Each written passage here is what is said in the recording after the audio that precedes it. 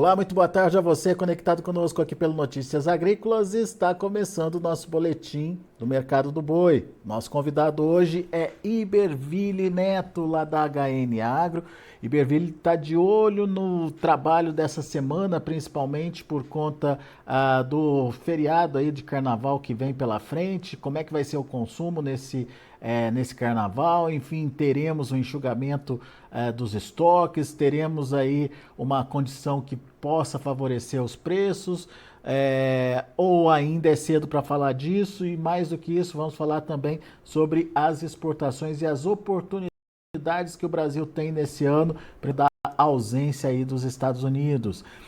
Iberville Neto, seja bem-vindo, meu amigo. Obrigado por estar aqui com a gente mais uma vez. Nos ajude a entender esse mercado. E eu te pergunto, principalmente do mercado interno, o que você está vendo, como é que estão os preços e o que a gente pode esperar nessa semana que antecede uma semana de provável consumo, será, Iberville? Olá, Alexandre. Olá a todos. É um prazer, Alexandre. Alexander, seguimos com aquele mercado meio fraco das últimas semanas, sem grandes novidades. Ele vem meio pressionado, mas a gente também não tem visto desvalorizações é, mais fortes. Então, é um mercado que vinha com escalas crescentes. Na última semana, essas programações de abate pararam de evoluir. E agora a gente tem observado uma melhoria no escoamento. Então, na última semana já houve uma melhoria no escoamento. Esperamos que essa semana também seja melhor, porque aí nós temos o pagamento dos salários e logo depois o período de carnaval. Então, a tendência na nossa expectativa é de uma melhoria do escoamento doméstico, o que ajuda nessa equação aí dos preços do boi gordo. Essas É, programações de abate, elas vieram um pouco mais acomodadas nesses últimos dias, o que é positivo, pensando em preço de boi, mas a gente não está falando de programações muito apertadas, ou em geral não estão apertadas. Então, também não tem feito com que o mercado reaja. Elas estão permitindo aí que os frigoríficos sigam com mantendo esse mercado meio morno.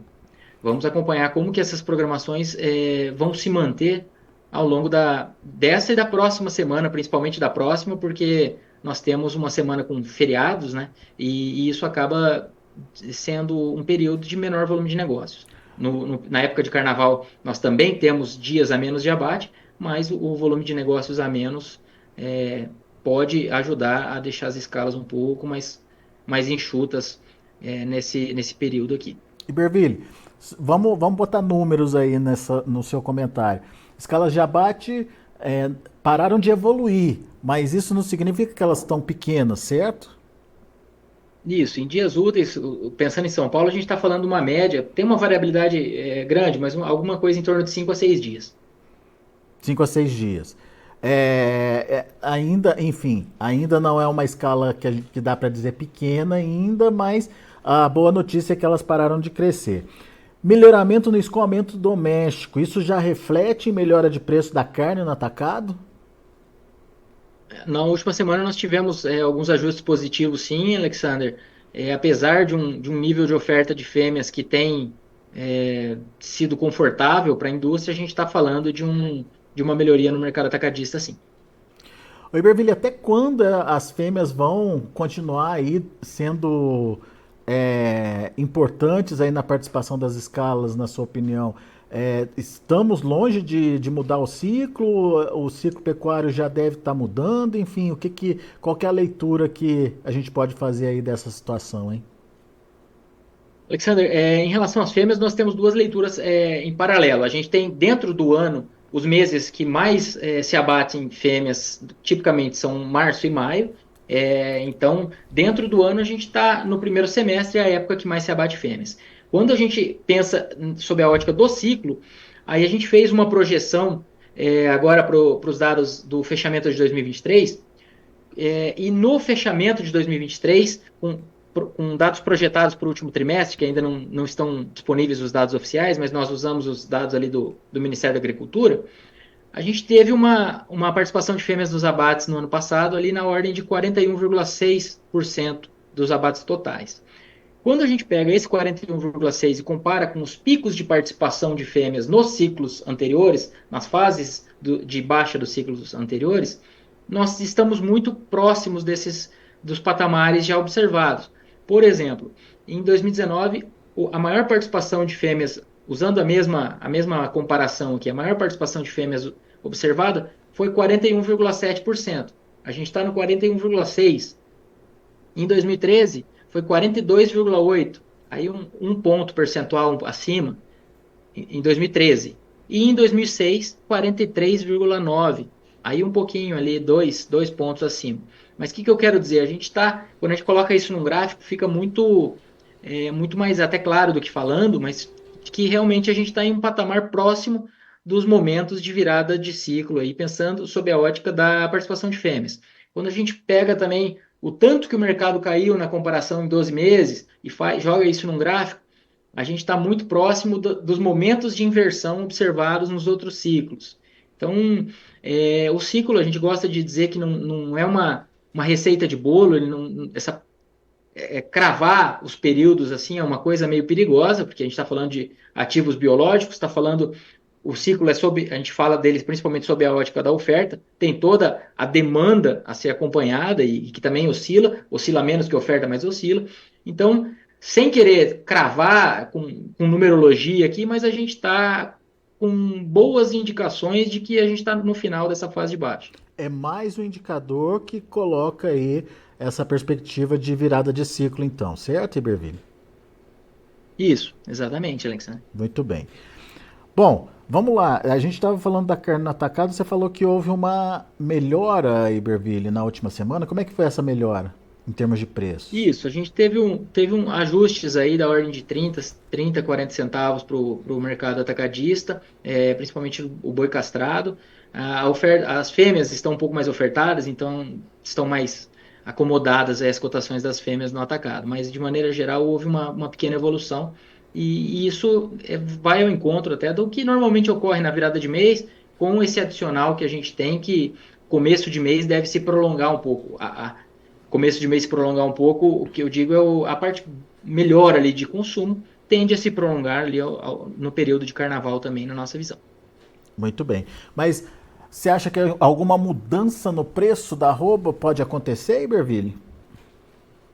Alexander, atacado é positivo, essas escalas mais acomodadas é outro ponto positivo também, mas acho que um ponto importante é ver como que a oferta de gado vai voltar desse período de vendas mais calmas de gado, que deve ser a próxima semana.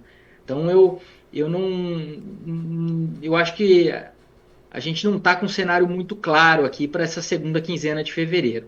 Historicamente, fevereiro tem uma pequena evolução de preços, mas a gente não está falando aqui de uma oferta curta de boiadas de maneira geral. Então, eu diria que o mercado deve trabalhar ainda brigado nessa segunda quinzena de fevereiro. A gente não está apostando aqui em uma força muito grande para esse mercado, mas também não estamos vendo o mercado derretendo, pelo menos não é o que está no radar atualmente. E tudo isso, claro, com a dúvida que a gente tem em relação às exportações, né? Porque elas vieram muito boas em janeiro, foram o melhor janeiro da história. Em dezembro foram o melhor mês de todos os meses das nossas exportações. Só que agora a gente está com uma certa lacuna aqui, até saírem os dados da última semana de janeiro e esse início de fevereiro. Então, vamos ver como que isso evolui. Se elas continuarem boas, é um ponto positivo, e ainda mais quando a gente considera que daqui a pouco os chineses saem do período de ano novo deles, que começa aí nos próximos dias, né, que ocorre nos próximos dias, e isso tende a gerar mais negociação. Só que aí, pensando em China, a gente tem o fato de que o preço, a situação econômica lá está delicada, e a gente tem o preço do suíno em patamares muito baixos. Então, isso, por um lado, compete com a carne bovina, por um lado, limita importações de proteínas diversas, o que é ruim no primeiro momento, só que isso gera um ajuste de oferta, porque há uma diminuição de oferta em algum momento em resposta a essa pouca atratividade. Então, o suinocultor lá está tendo prejuízo, e isso gera uma redução na oferta em algum momento. Um pouco mais adiante, isso é positivo para o nosso mercado. Muito bem. Inclusive, algumas projeções já começam a sair aí sobre a demanda internacional de carne, principalmente como é que o Brasil vai atuar nesse mercado. E aparentemente os sinais são positivos, certo, Iberville? Isso, as projeções do USDA para esse ano, elas são, pensando no comércio global como um todo, são de aumento de 1,3% na comparação com 2023. Só que para o Brasil, o aumento projetado é de 2,7%. Então a gente deve crescer mais do que o comércio global como um todo, que é positivo, porque a gente está falando de um crescimento em cima de 2023, que foi o ano que a gente mais exportou carne bovina na história. Mas isso aconteceria porque, Iberville? Tem algum país com problema de fornecimento aí? Eu acho que de destaque aqui a gente pode falar dos Estados Unidos, Alexandre, que tem uma projeção de queda de 7,6% nas exportações para 2024, na comparação com 23, e em 23 eles já tiveram uma redução de 15% na comparação com 22. Então eles estão numa fase de menor oferta de gado, até no final de janeiro agora saíram os dados do inventário de rebanho do país, e eles estão com o menor rebanho inicial ali no início do ano, desde nos últimos 50 e poucos anos, 53 anos, se não me falha, e isso vem confirmando as próprias expectativas do USDA. Ele já vinha cantando esses números de rebanho historicamente baixos, mas agora com esse outro dado, que eles chamam de inventário de estoque, ele veio confirmando isso. E aí, quando a gente fala de menos exportação dos Estados Unidos, isso gera um benefício para o Brasil pelas importações americanas diretas, que é positivo, e também com menos concorrência no mercado internacional. Pois é, com os Estados Unidos restrito nas vendas de carne bovina, dá para dizer, ou dá para pelo menos projetar, que o Brasil pode ampliar essa participação no mercado. Mas ele pode conquistar novos mercados também, Iberville? Alexander, e aí tem um ponto que de tempos em tempos a gente cita aqui, mas eu gosto de deixar isso sempre no radar, porque é uma coisa que de um dia para o outro vai acontecer. Que, na nossa expectativa, claro, né, sem bola de cristal, mas que é o quê? Abertura dos mercados de Japão e Coreia do Sul. Então, quando a gente fala de Japão e Coreia do Sul, o Brasil exporta para mais de uma centena de países carne bovina, mas ele, dos 4 maiores compradores de carne bovina, que são China, Estados Unidos, Japão e Coreia do Sul, a gente só exporta para 2. Então, tem 2 grandes compradores que merecem a atenção e que podem abrir mercado. E por que que o cenário dos Estados Unidos reforça isso? Porque Japão e Coreia do Sul compram carne principalmente de Estados Unidos e Austrália. Estados Unidos está com uma menor oferta, a Austrália está com um cenário de mais oferta, só que Estados Unidos saindo da jogada do ponto de vista de fornecimento, ou diminuindo a possibilidade de fornecimento, isso faz com que esses outros países tenham interesse em avaliar essa situação e possivelmente abrir mercado para o maior exportador, que é o Brasil. E outro fato interessante nesse tabuleiro é que os Estados Unidos, além de estarem com seu fornecimento limitado para o Japão e a Coreia do Sul, de maneira geral, para todos os destinos, eles também compram da Austrália. Então, Japão e Coreia do Sul têm os seus 2 principais fornecedores nessa situação. Um deles está vendendo menos e ainda comprando do outro, que é o caso dos Estados Unidos. Tá? Então, é interessante para esses países avaliarem com carinho a abertura do mercado da carne brasileira.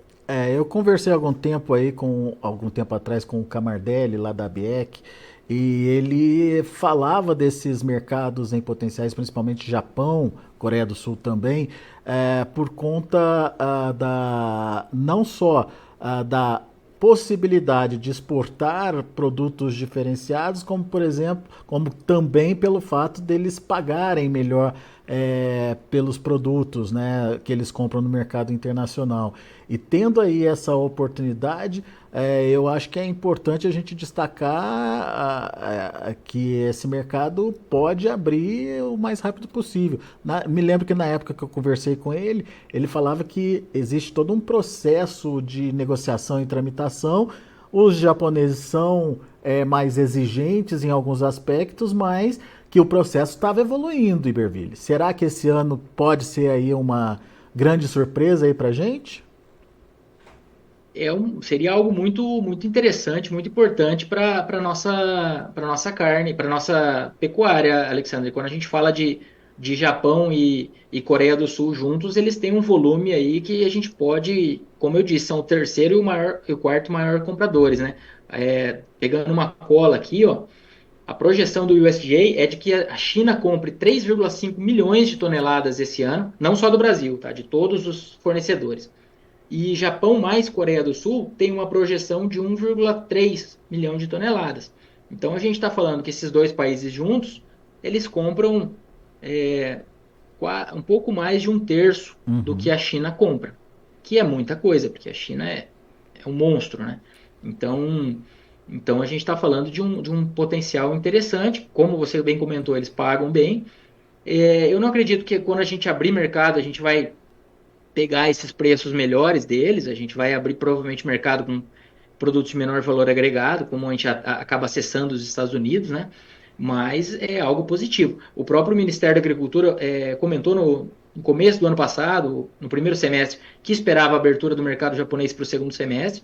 Agora, no final do ano, para o começo do ano, a gente teve a abertura da carne enlatada para o Japão, mas as atenções todas se voltam para a carne in natura, né? Que é o grande volume, o grande preço e etc.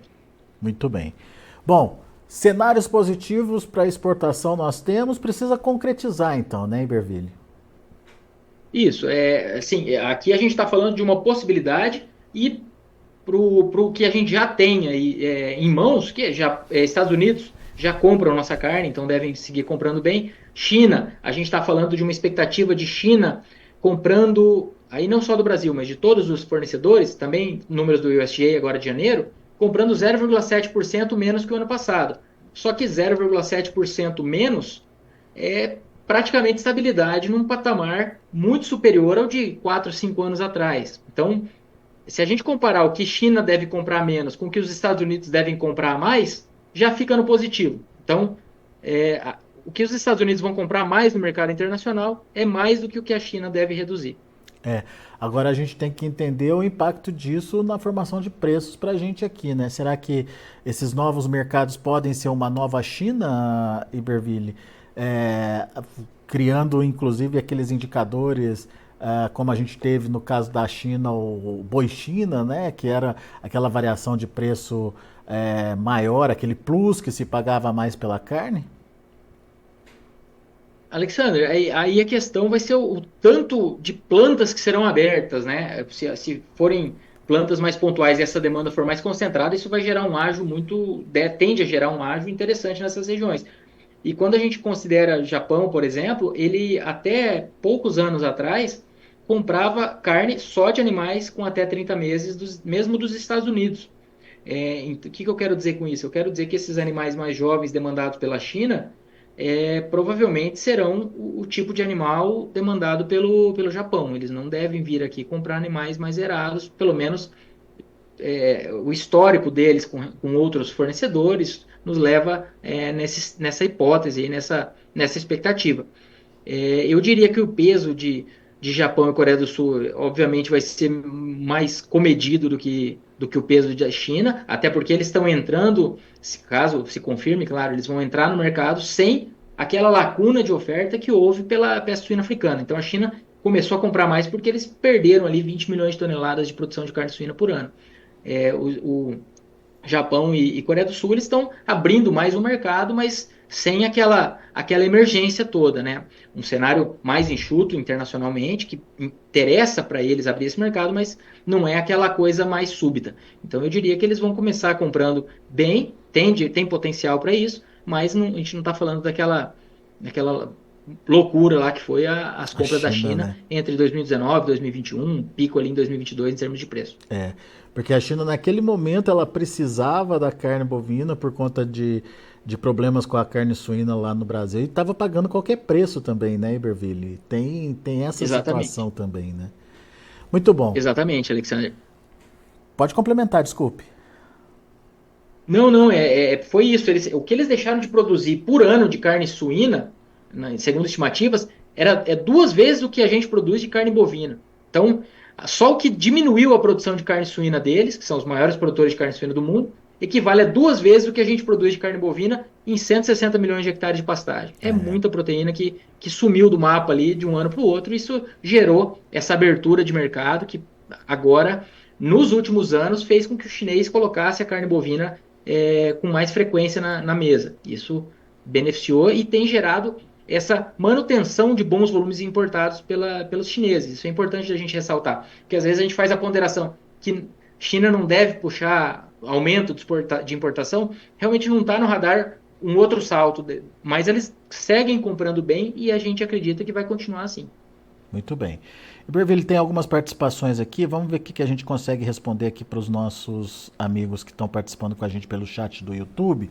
O Beto Alvino está dizendo que aqui na minha região o preço do boi não está valendo nada, o comércio está péssimo e o povo está desistindo de criar gado. Qual que é a sua região, Beto? Manda para a gente aqui, para a gente poder entender direitinho o contexto do que você está contando aqui para a gente. Mas, enfim, essa realidade você já começa a observar gente desistindo de criar gado, Iberville? O cenário onde existe a possibilidade de alternar ou de arrendamento sempre existe, né? A pressão vinda de arrendamentos e de outras atividades, ela sempre existe. Aqui no caso, quando a gente fala de resultados de soja e milho, eles estão bem mais tímidos do que estiveram nos últimos anos também.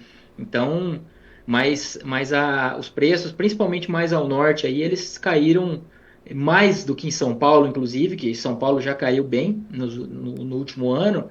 Houve essa recuperação de agosto para cá, mas o diferencial de base em algumas regiões, como quando a gente considera, por exemplo, Rondônia, Pará, ele alongou ainda mais. Então, provavelmente o Beto deve estar em uma dessas regiões aí mais que tem peso maior da atividade de cria, de ciclo completo, que sentem mais a fase de baixa do ciclo. Então, inclusive, quando a gente está na fase de baixa, que é uma fase de mais abate de fêmeas, o diferencial costuma alongar. Então, pensando um pouco adiante, a tendência é que quando a gente virar a chave para o cenário de retenção de fêmeas, nessas regiões o diferencial tende a aproximar um pouco mais do que tem sido observado nesses últimos meses e anos aí. Muito bem. O Renan Rossato está um pouco bravo aqui. Melhorou para quem? Para o JBS, para os amigos do Estrela Vermelha. O Fernando Ehlers está dizendo que a exportação vai bombar porque a carne está de graça. Como é que está essa relação, Iberville? Os preços estão tão ruins assim para o produtor, Internacionalmente, a gente está falando de Brasil bem competitivo, então isso manda mais carne, faz a gente mandar mais carne para fora. Como o Renan comentou, isso beneficiou, se a gente está falando de preços do boi em queda e exportações em alta, a gente está falando de um cenário que não foi ruim para a indústria, né? Então, a gente tem que ponderar que o preço internacional também caiu, mas quando a gente considera o tanto que caiu a relação entre carne exportada e boi para a indústria e o tanto que caiu o preço do boi direto ali para o pecuarista, a indústria ela sentiu muito menos esse baque. Em alguns momentos, pensando em mercado doméstico, ela teve inclusive as melhores margens aí em muito tempo para mercado doméstico. Para mercado externo, ela não trabalhou em níveis críticos, longe disso, mas também não esteve nos seus melhores momentos, que foram ali em 2022, por exemplo. Muito bem. O Rony Dantas comenta o seguinte: vejo muitos pecuaristas no vermelho, preço de um bezerro não paga o custo. Acho que ele trabalha com cria aqui pelo jeito, né? Aí o Rony tá resumindo a fase de baixo do ciclo, né, Rony? Não tem muito... Realmente, quando a gente fala de ciclo completo e de cria, o resultado ele vai sendo diretamente relacionado aos preços. Se a gente não tiver uma mudança muito drástica de sistema de produção, estou com o mesmo sistema aqui rodando 10, 20 anos. A gente está falando na alta o resultado melhora e na baixa piora. Eu sei que isso parece óbvio, mas quando a gente fala de recria engorda, de um sistema mais intensivo, a gente começa a colocar outras variáveis. Quando eu falo de recria engorda, eu estou falando da minha relação de troca também. E se eu falo de um sistema mais intensivo ainda, aí eu estou falando de relação de troca com bezerro e com milho. Então tem essas variáveis todas. Agora, cria e ciclo completo, preço caiu, resultado cai, via de regra. Isso é fato. Infelizmente não tem muito o que adicionar ao comentário do Rony. Muito bom. Bom, é isso, pessoal. Muito obrigado pela participação aqui com a gente. O pessoal atento aí às informações e interagindo com a gente. Isso é muito importante, principalmente você que está pelo chat do YouTube acompanhando a gente aqui. Não esquece de deixar o seu like e não esquece de fazer a sua inscrição aqui no canal. Esses dois fatores aí nos ajudam a trazer mais informações em tempo real, enfim, trazer mais detalhes e espalhar mais essas nossas informações aí para outras pessoas também. E ao meu amigo Iberville, meu muito obrigado mais uma vez, Iberville, por estar aqui com a gente e ajudar a gente a entender aí os possíveis cenários de precificação para a arroba do Boi Gordo. Volte sempre, Iberville. Obrigado, Alexandre. Obrigado a todos. É um prazer. Contem com a gente. Um abraço. Valeu, até a próxima. Tá aí, Iberville Neto, HN Agro aqui com a gente, trazendo as informações do mercado. Nesse momento a gente tem uma situação de escalas de abate que pararam de alongar, sinal positivo. Temos aí uma melhora do escoamento doméstico, sinal positivo também, mas temos um possível aumento de oferta aí na sequência, o que na verdade acaba limitando um movimento de alta aí das cotações. O Iberville acredita que a segunda quinzena de fevereiro, mesmo com essa demanda um pouquinho mais forte aí para o carnaval, continua sendo de mercado brigado para os preços aí, sem grandes mudanças, portanto, na precificação da arroba. O Iberville também falou das exportações e o Brasil como protagonista aí desse ano no mercado internacional, um mercado que deve crescer em termos de consumo 1,3%, o Brasil deve expandir aí as suas vendas em 2,7%, abocanhando parte do mercado dos Estados Unidos, que vem passando pelo ciclo de baixa, ciclo pecuário de menos oferta, de preços elevados, mas de menos oferta de animais, o que abre a possibilidade de o Brasil conquistar mercados ou ampliar a sua participação em mercados que ele já trabalha e quem sabe até conquistar mercados que hoje são clientes fixos aí dos Estados Unidos, como Japão e Coreia do Sul. Esse é o sonho aí da nossa pecuária e quem sabe esse ano, diante dessa redução de oferta americana, isso não acontece. Vamos ficar de olho também para essa possibilidade aí. Bom, são essas as informações. Antes de encerrar, deixa eu passar para vocês como é que estão os negócios lá na B3, Mercado Futuro do Boi. De olho na tela, a gente tem em fevereiro a R$ 239,25, caindo 0,5% hoje. O março, R$ 234,70, caindo 0,13%. Abril, R$ 232,25, caindo 0,32%. O maio também caindo 0,38% a R$ 233,15. Indicador do boi CPEA fechou a última sexta-feira a R$ 240,20, uma queda de 1,11%.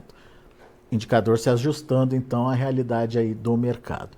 Muito bem, a gente vai ficando por aqui. Agradeço a sua atenção, a sua audiência, agradeço a você que participou com a gente pelo chat do YouTube. Continue participando nas próximas entrevistas, nos próximos boletins. A sua participação é importante para a gente. Notícias agrícolas, informação agro-relevante e conectada.